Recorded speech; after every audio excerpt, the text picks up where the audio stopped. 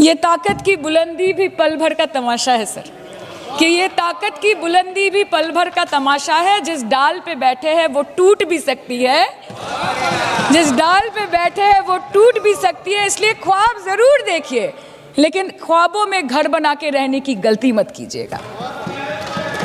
Sir आज 303 से ज्यादा एमपी आपके हैं, 2000 से ऊपर एमएलए आपके हैं, 21 राज्य आपका है। हर डिबेट, हर डिस्कशन, हर बिल पे बोलने के लिए 70% वक्त आपको मिलता है। मीडिया आपका, सब उनका है।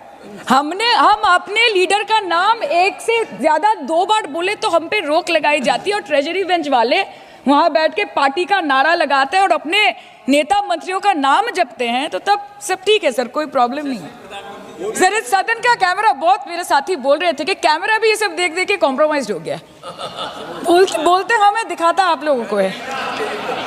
माइक जब हमारी बातें खलने लगे तो माइक ऑटोमेटिकली ऑफ हो जाती है सर, ये पता है सबको।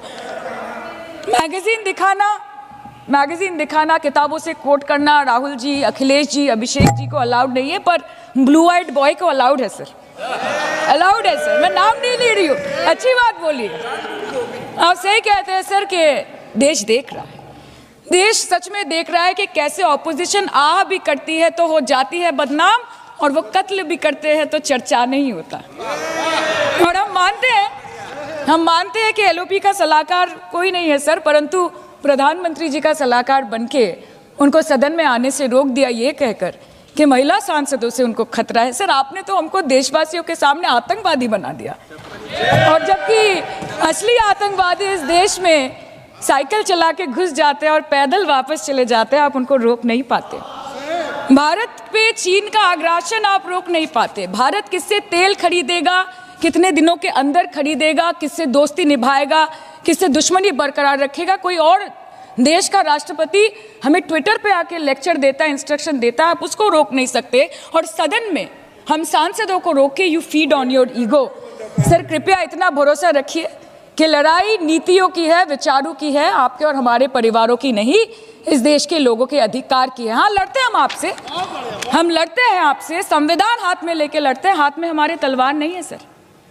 और सर ये देश के लोग समझ गए हैं कि आपको महत्वपूर्ण विषयों पर बात नहीं करनी है, महत्वपूर्ण विषयों पर बात नहीं करनी है सर, के ऊपर चल रहा है सर, पार्लियामेंटरी प्रोसीजर सर, मुद्दे पर भी आना कीजिए, चर्चा नहीं करनी है सर, ठीक है। बेरोजगारी पे चर्चा नहीं करनी है, हाँ जी, शिक्षा पे नहीं करनी है, स्वास्थ्य पे नहीं करनी है, बजट पे नहीं करनी है, प्रदूषण, एसआईआर, डिफेंस, विदेश नीति, नेशनल सिक्योरिटी पे नहीं करनी है, एप्स्टीन फाइल्स पे नहीं करनी है। मुद्दा है स्पीकर्स का रिमूवल, उसके ऊपर बोलिएगा। के सिर्फ वाह मोदी जी वाह करना है सर, कीजिए, पर आपसे विनती इतनी है कि डेमोक्रेसी को बचाइए और कृपया इस सदन को किसी पार्टी ऑफिस मत बनने दीजिए सर, यही दरख्वास्त है। क्योंकि ये सदन जैसे हमारे आदरणीय प्रधानमंत्री के लिए मंदिर है, वैसे हमारे लिए भी मंदिर है, और गणतंत्र हमारी पूजा है, संविधान हमारी गीता है। और इस मंदिर में बैठ के अगर कोई झूठ बोले और गीता पे हाथ रखे, कोई अन्याय करे, तो sir all India Trinamool Congress जो इस देश की 3rd लार्जेस्ट ऑपोजिशन है, that will surely not pander or surrender to your step motherly or should I say step fatherly attitude. इस तरीके के आचरण को कतई नहीं स्वीकारा जा सकता। सदन में इस तरीके से आना, टेबल पर चढ़ जाना, मैं खुद सनातनी हूं, मैं मानता हूं अगर ये लोकतंत्र का मंदिर है तो यहाँ पे रखे कागज, टेबल, कुर्सी मां सरस्वती का रूप है। किस तरीके से आप कागज फाड़ते हैं, एसजी साहब के टेबल पे आप खड़े हो जाते हैं, चेयर तक आप जाने का काम करते हैं। इस तरीके का आचरण, और कैसे हम इसको न्यू नॉर्मल मान लें, क्योंकि ये आचरण निरंतरता में होता गया तो परंपरा बन जाएगी और परंपराएं उदाहरण बन जाएंगी, और कल जो हमारी जगह यहाँ पे बैठा होगा वो आज का उदाहरण दे रहा होगा। इसीलिए जरूरी है आज की तारीख में हमें अपने आचरण को सुधारने की। एक के बाद एक, जब मैं विपक्ष की जिम्मेदारियों की बात करता हूं, लोकतंत्र की खूबसूरती है सत्ता पक्ष विपक्ष, जहां सत्ता अपनी बात रखेगी, विपक्ष अपनी बात रखेगा। क्या है इनका ऑल्टरनेट विजन?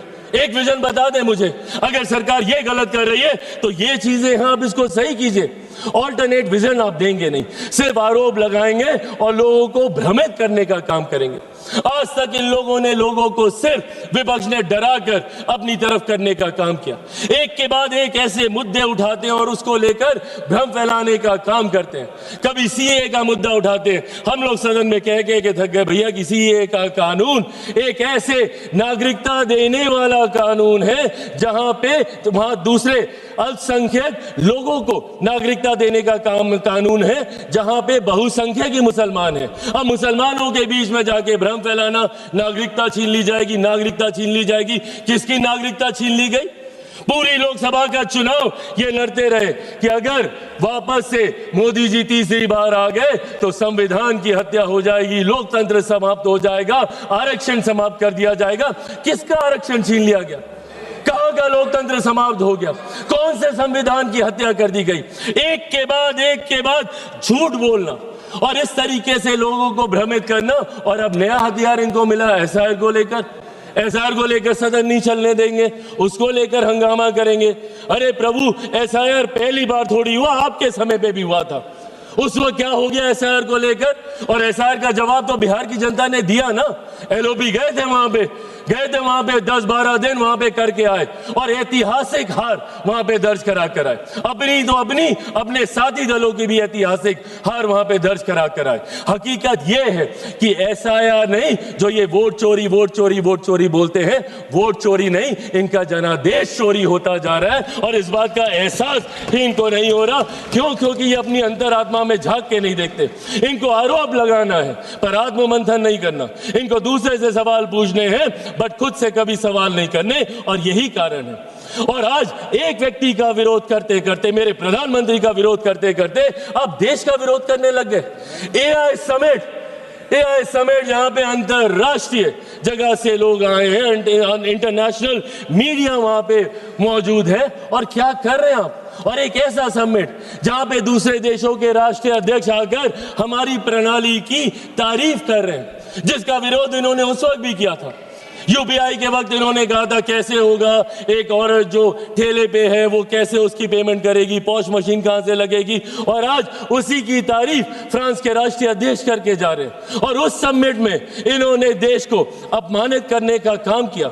डेड इकोनॉमी बुलाते हैं हमारे देश को ये, जबकि दूसरे लोग और अर्थशास्त्री इस बात को मानते हैं कि India is one of the fastest growing economy. Global challenges होने के बावजूद हमारी अर्थव्यवस्था मजबूत होती जा रही है। क्या ये सामान्य बात है कि दहाई के आंकड़े से धीरे धीरे हम लोग करते करते चौथे नंबर पर आ गए? आने वाले दिनों में वो दिन भी दूर नहीं जब हमारा देश दुनिया की तीसरी सबसे बड़ी अर्थव्यवस्था होगा। और ऐसे में आप हमारे देश की इकोनॉमी को और हमारे देश की इकोनॉमी को हमारे ही लोग डेड इकोनॉमी बताने का काम कर रहे हैं। इसीलिए आज इस मंच के माध्यम से बस मैं ये आग्रह करूंगा, एक बार मदद कर दें, कहां पे दे तो दो। इसीलिए आज इस मंच के माध्यम से मैं आग्रह करूंगा और विपक्ष से भी करूंगा, and I think it's our collective responsibility. जहां चुनाव लड़ना था हम लोग लड़ आए, जितने आरोप प्रत्यारोप करने थे हम कर आए, और हमें कई मौके मिलेंगे। अभी फिर असम में मौका मिलेगा, बंगाल में मिलेगा, हर राज्य में मिलेगा। जब तक वन नेशन वन इलेक्शन नहीं आता, हमें हर दूसरे तीसरे महीने हमें मौका मिलता रहेगा आरोप प्रत्यारोप करने का। पर सदन को तो इससे बख्शे। Let it be a collective responsibility of all of us to come together। और यहाँ पे बात हो, और बात होनी जरूरी है। सहमति असहमति की बात नहीं है, बात होनी जरूरी है। आप अपना पक्ष रखें, हम अपना पक्ष रखेंगे, लोगों को उसके बाद फैसला करने दीजिए। आप राष्ट्रपति जी के अभिभाषण पे आपके पास पूरा समय था, आप राष्ट्रपति जी के सम्मान की बात करते हैं। क्या आप बताइए, उनके अभिभाषण पे आए धन्यवाद प्रस्ताव का इस तरीके से निरादर करना, क्या ये उनका अपमान नहीं था?